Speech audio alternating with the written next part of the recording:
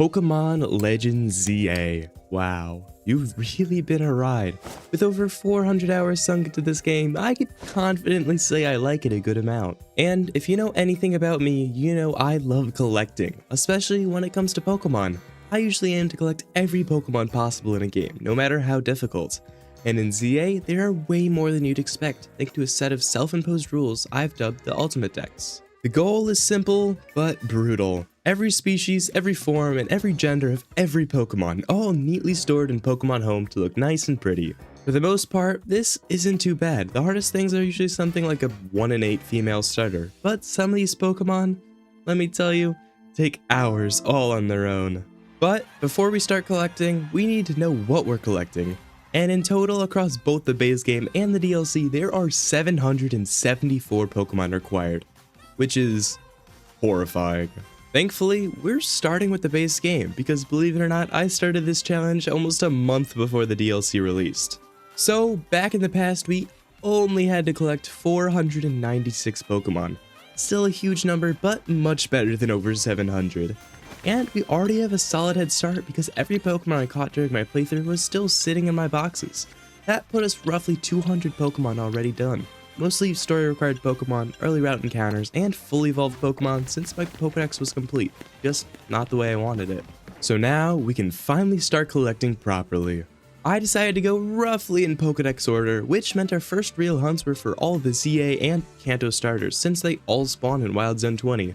And wow, these gender ratios absolutely destroyed me. What the heck? I spent almost 3 hours on just 6 evolution lines, with the final holdout being a female Totodile that took 20 minutes all on its own. But apparently, I enjoy suffering, because next I went for the Kalos starters. If you didn't know, they only spawn one at a time, all in completely different regions across the map. Still, after a while, we knocked out all 3 evolution lines, and I thought surely the hardest part of the challenge was over. It was not.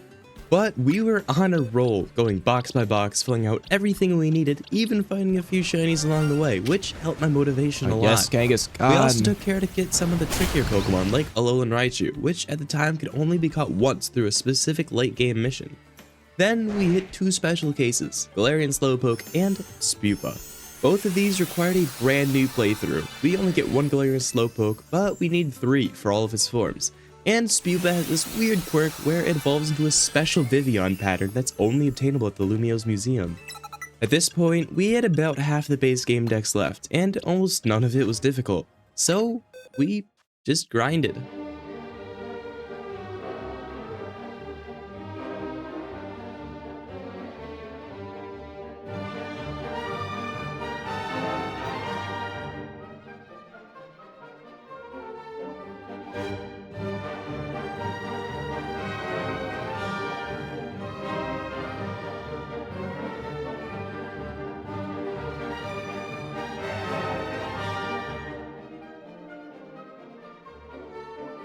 And somehow, we're basically done.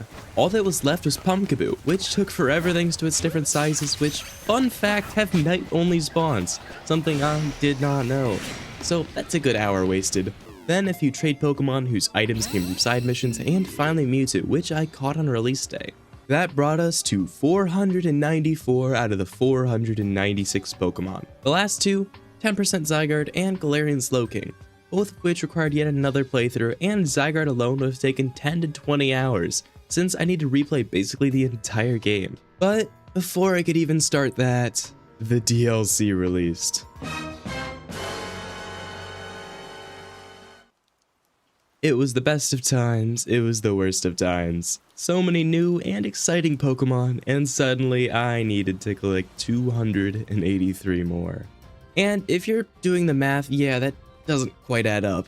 That's because one of my mini rules is to get as many Pokemon as possible with my own OT. At that point, the only things holding me back were the AZ's Floette, which I can't help, and all the traded Alolan and Galarian forms. But now, those can just be caught in hyperspace with my OT, which is amazing. Somehow all that only took 80 hours. And if you want to see how that went, I made a whole separate video about doing everything in the DLC, so go check that out. I'll wait. And we're back.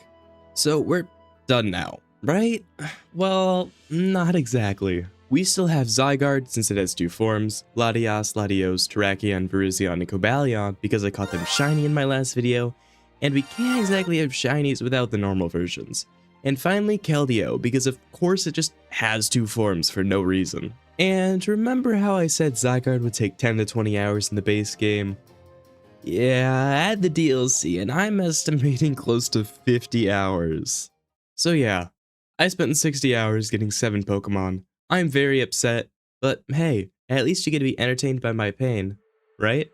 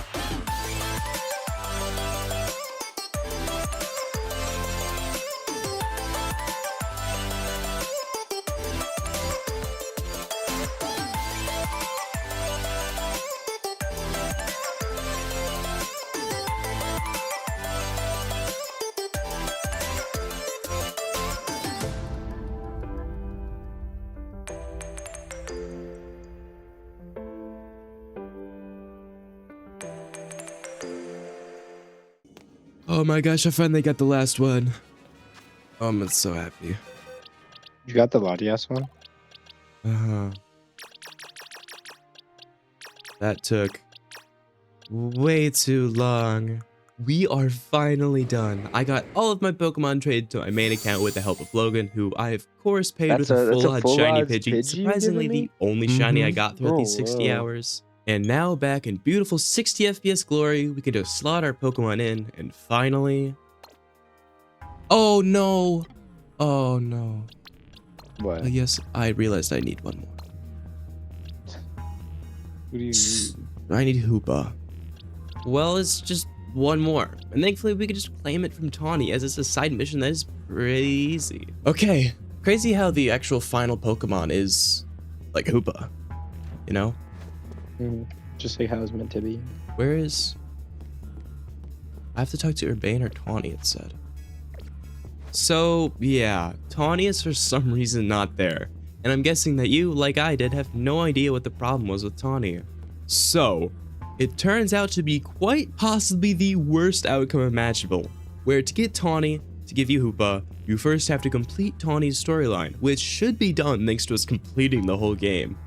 But, Tawny's story continues into main mission 39, the Infinite ZA Royale, which to complete, you need 15 wins. And if you don't realize why that sucks, I've done basically none of it. And each win takes, by my count, 30 to 45 minutes each. So let's just bump that 60-hour mark to a 70 and go on with it. And finally, we have Hoopa, who has to be battled and then caught. We traded over, and his challenge is finally done. All 774 Pokemon, all here sorted nicely. Unfortunately, home compatibility is still not available after months of this game being out, so hopefully that changes to get both whatever the special shiny is, and to clear my boxes as I literally cannot play the game because my boxes are so full. So, thank you so much for watching, and I will see you next time.